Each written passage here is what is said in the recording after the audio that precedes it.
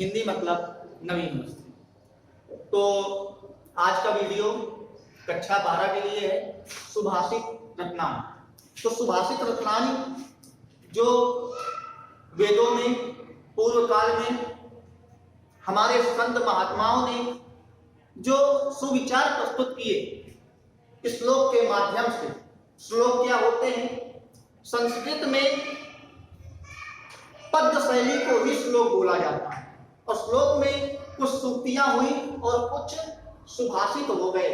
सु माने सुंदर, भाषित माने बातें या बोलने वाली, और रत्नानी माने रत्न। तो रत्न रूपी सुंदर बातों को ही हम लोग सुभाषित रत्नानी बोलते हैं। तो चलिए आगे आज हम लोग लिखा हुआ है तो पढ़ते हैं क्या कि भाषा मुख्या मधुरा दिव्यम गीवाण भारती तस्मै ही मधुरम काव्यम तस्मात् ही सुभाषितम। भाषा माने होता है भाषाओं में मीनिंग। संस्कृत हमारी कहती है कि यदि हमको मीनिंग आ गई तो अर्थ भी आ जाएगा। देखते हैं, आप खुद बताएंगे अर्थ। भाषा माने भाषाओं में, मुख्या माने मुख्य, मधुरा माने मधुर, दिव्या माने दिव्य, गीवाण भारती माने होता है संस्कृत भाषा या देववाणी। और देववाणी क्या है? संस्कृत भाषा है। तो अब देखिए, भाषाओं में मुख्य, मधुर, दिव्य क्या है? संस्कृत भाषा है। तो बस यही अर्थ है इसका कि भाषाओं में मुख्य, मधुर, दिव्य संस्कृत भाषा है। तस्या, तस्या माने उसका, छोटी ही कहीं दी होती है तो हमेशा आगे चल के बड़ी ही बन जाती है, क्योंकि जब कोई छोटा लड़का होता है तो आगे चल के बड़ा लड़का बन जाता है। ऐसे ही संस्कृत में छोटी ही आगे चल के हिंदी कन्वर्ट करने में बड़ी ही बन जाया करती है। मधुरम माने मधुर, काव्यम माने काव्य, तस्मादपि, तस्माद अपि, तस्माद माने उसका, अपि माने भी। संधि विच्छेद जब करेंगे तो निकल के आएगा तस्माद धन अपि। सुभाषितम माने सुभाषित या सुंदर वचन। तो कहता है उसका काव्य मधुर है, उसका काव्य मधुर है और उसके सुभाषित भी मधुर है। क्लियर है? तो कहता है भाषाओं में मुख्य, मधुर, दिव्य संस्कृत भाषा है। भाषाओं में मुख्य, मधुर, दिव्य संस्कृत भाषा है। उसका काव्य मधुर है और उसके सुभाषित भी मधुर है। आगे कहता है कि सुखार्थिना वा कुतो विद्या, सुखार्थिना कुतो विद्या, कुतो विद्यार्थिना सुखम, सुखार्थी वा त्वजेत विद्या, विद्यार्थी वा त्वजेत सुखम। तो सुखार्थिना, सुख, धन अर्थिना। अर्थिना माने चाहने वाला, सुख माने सुख, कुतो माने कहां, विद्या माने विद्या। तो क्या होगा? सुख चाहने वाले को विद्या कहां, कुतो माने कहां, विद्या, धन, अर्थिना। अर्थिना माने चाहने वाला, विद्या माने विद्या, सुखम माने सुख। क्लियर? तो सुख चाहने वाले को विद्या कहां और विद्या चाहने वाले को सुख कहां। तो करना क्या है कि सुखार्थी, सुख धनार्थी, सुख चाहने वाले को त्वजेत माने छोड़ देना चाहिए। त्वजेत, त्वजेत दोनों चीजें छोड़नी चाहिए। तो सुख चाहने वाले को विद्या त्वजेत और विद्यार्थी सुखम त्वजेत। तो सुख चाहने वाले को विद्या छोड़ देनी चाहिए और विद्या चाहने वाले को सुख छोड़ देना चाहिए। तो कहता है कि सुख चाहने वाले को विद्या कहां, विद्या चाहने वाले को सुख कहां, सुख चाहने वाले को विद्या छोड़ देनी चाहिए और विद्या चाहने वाले को सुख छोड़ देना चाहिए। आगे देखिए, तीसरा नंबर कह रहा है जीवन का सार कि जल बिंदु निपाते। तीसरा नंबर देखिएगा ध्यान से कि जल बिंदु निपातेन पूर्यते क्रमशः घटा सा हेतु सर्व विद्यानाम धर्मस्य च धनस्य च। एक चीज याद रखिए, चा माने होता है और, चा माने चम्मच नहीं, चा माने और, जल माने जल, बिंदु माने बूंदे, निपातेन माने गिरने से।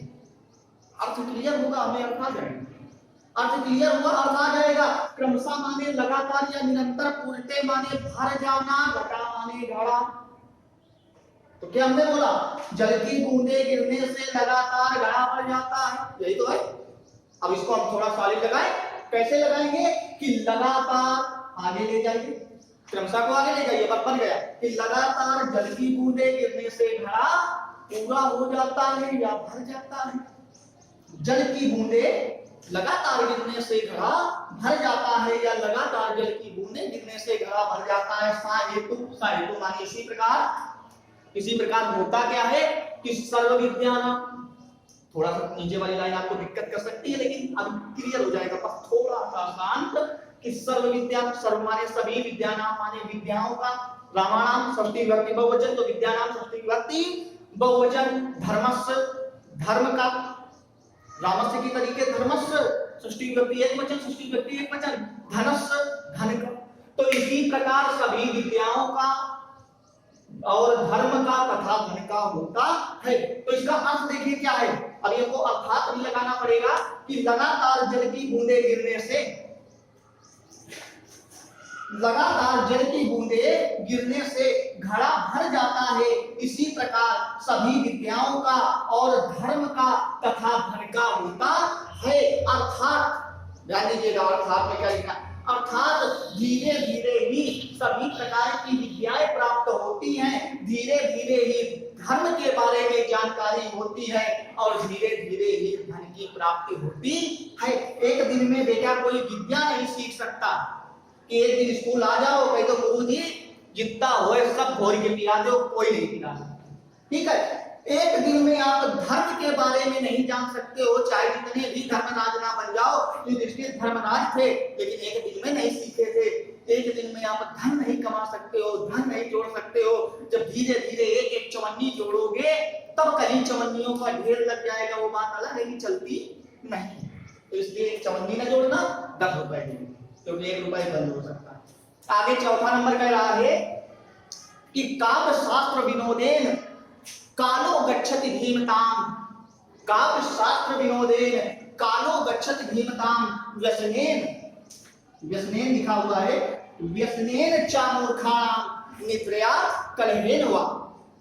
कहता है काव्य शास्त्र, काव्य माने काव्य, शास्त्र माने शास्त्र। लोग कहते हैं कि हम शास्त्रार्थ करेंगे, तो कैसा शास्त्रार्थ? काव्य वाला। काव्य किसे कहते हैं? पद्य को। पद्य किसे कहते हैं? गे पद को। गे पद किसे कहते हैं? गाने जाने वाले पद को। अर्थात जो हमारे गीत होते हैं वही क्या कहलाते हैं? काव्य। तो गीतों के माध्यम से जो शास्त्रार्थ किया जाता है तो वही काव्य शास्त्र माने होता है। काव्य शास्त्र विनोदेन माने हंसी मजाक, विनोदेन माने हंसी मजाक, कालो माने समय, विनोदेन माने मनोरंजन ही होता है। और जब मनोरंजन होगा तो सीधी सी बात है यार, हंसी मजाक तो चलता है। कालो माने समय, गच्छति माने जाना। लेकिन यहाँ पे समय जब जाएगा तो समय हमेशा क्या होता है? बीतता है। भीमताम माने होता है विद्वान, भीमताम माने क्या होता है? विद्वान। तो अब देखिए विद्वान लोग, अब भीमताम को आगे ले जाइए फटाक से। कहता है विद्वान लोग काव्य शास्त्र के मनोरंजन से, विद्वान लोग काव्य शास्त्र के मनोरंजन से अपने समय को क्या कर देते हैं? बिता देते हैं, व्यतीत कर देते हैं। पहली लाइन क्लियर। फिर नीचे वाली लाइन कहती है कि व्यसनेन, व्यसनेन माने होती है बुरी आदतें। अब बुरी आदतें क्या होती है? कहें भैया 35 हम गा रहे हैं, 35 तुम लगा दो, 1 क्वार्टर। ठीक, तो ये होती है बुरी आदतें। कहीं का जुआ खेलने लगे, ताश की गड्डी, ये होती है बुरी आदतें। ठीक है। मूर्खाणाम, अब मूर्खाणाम को आगे ले जाएंगे। मूर्ख लोग व्यसनेन बुरी आदतों में, निद्रया नींद से, 10-10 बजे रात तक, 3-3, 4-4 बजे तक जगना और सुबह 12 बजे सो के जगना, ये नींद, समय को नष्ट करना है। कलहेन, कलहेन माने लड़ाई झगड़ा। फर्जी में जा रहे रास्ते में, फर्जी में थप्पड़ मार दिया, ये है लड़ाई झगड़ा।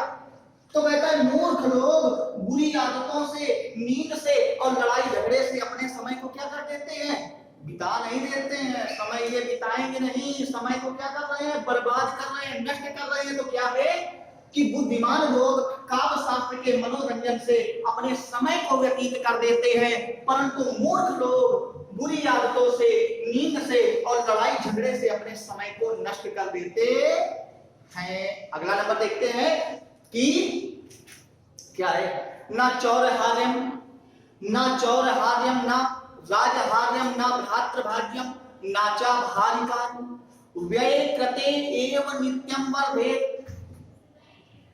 सॉरी, व्यय कृते वर्धेत एव नित्यम विद्या धनम सर्वधनम प्रधानम। तो कहता है ना चौर हार्यम, और ये लिखा है राज हार्यम, चौर धन हार्यम और राज धन हार्यम। राजा भी वही काम करता है और चोर भी वही काम करता है। तो ना चोर, यहाँ पे इसका अर्थ होगा चुराना और यहाँ पे इसका अर्थ होगा छीनना। क्यों? क्योंकि चोर हमेशा चोरी कर ले जाता है। काम बैठे हैं, का हमारा मोबाइल चुरा ले रहे हैं, ठीक है, तो ये होगा कि भैया चोरी हो गया। अब राजा, मान लो कोई राजा है, हम बैठे हैं, हमारा मोबाइल वो चोरी थोड़ा करेगा, क्या करेगा? छीन ले जाएगा। तो छीन हार्यम दोनों कर रहे हैं, लेकिन दोनों के कहने का अलग अलग तात्पर्य है। तो कहता है ना चौर हार्यम, ना चोर चुरा सकता है और ना राज हार्यम, और क्या लगा है तो हम बीच में लगाएंगे। तो कहता है ना चोर चुरा सकता है और ना राजा छीन सकता है, ना चोर चुरा सकता है और ना राजा छीन सकता है। ना भ्रातृ भाई भाज्यम बटा सकता है, भाज्यम मानी बटाना।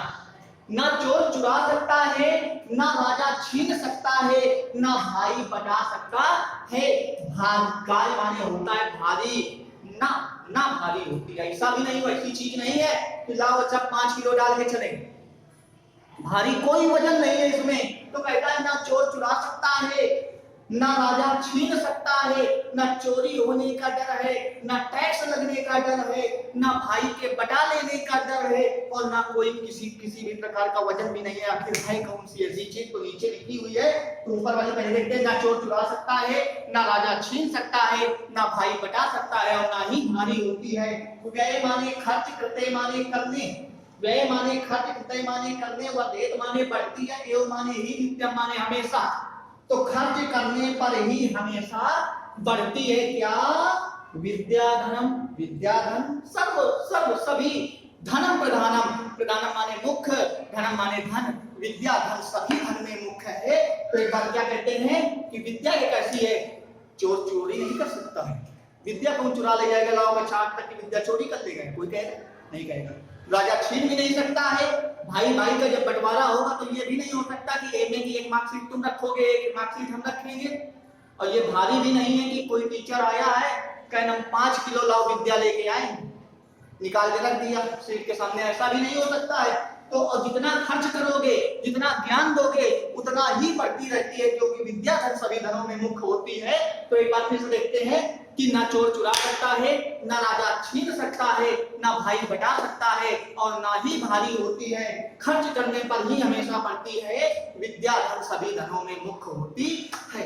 आज के लिए हम 5 नंबर तक पढ़ा रहे हैं, बाकी अगले वीडियो में इसके आगे पढ़ाएंगे। अगर आपको समझ में आया हो तो दोस्तों के साथ में शेयर जरूर करिएगा, और ना समझ में आया हो तो बिल्कुल भी ना शेयर करिए ना सब्सक्राइब करिए, ठीक है। बाकी समझ गए होंगे हिंदी मतलब नवीन।